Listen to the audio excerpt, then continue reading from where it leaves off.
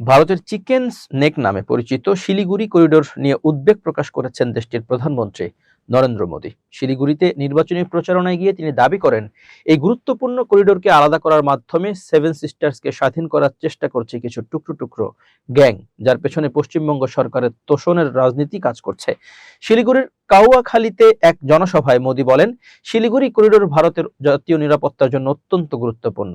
তার অভিযোগ, vote bank রাজনীতির কারণে পশ্চিমবঙ্গ সরকার এ বিষয়ে নরম অবস্থান নিয়েছে। তিনি আরো বলেন, গোটা দেশ একটি টুকরো টুকরো গ্যাং সক্রিয় রয়েছে।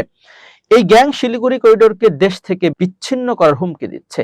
তোষণের রাজনীতির কারণেই তৃণমূল সরকার এসব গোষ্ঠীকে নানা পর্যায়ে সমর্থন দিচ্ছে।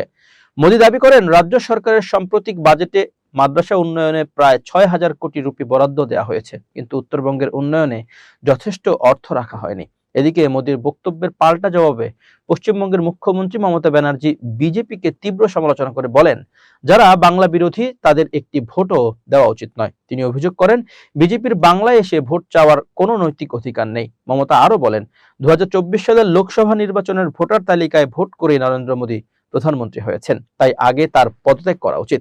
একই সঙ্গে তিনি কেন্দ্রীয় স্বরাষ্ট্রমন্ত্রীকেও পদত্যাগের আহ্বান জানান। আগামী ২৩ এপ্রিল থেকে ২৯ এপ্রিল পর্যন্ত পশ্চিমবঙ্গের বিধানসভা নির্বাচন অনুষ্ঠিত হবে, আর ৪ মে ঘোষণা করা হবে নির্বাচনের ফলাফল।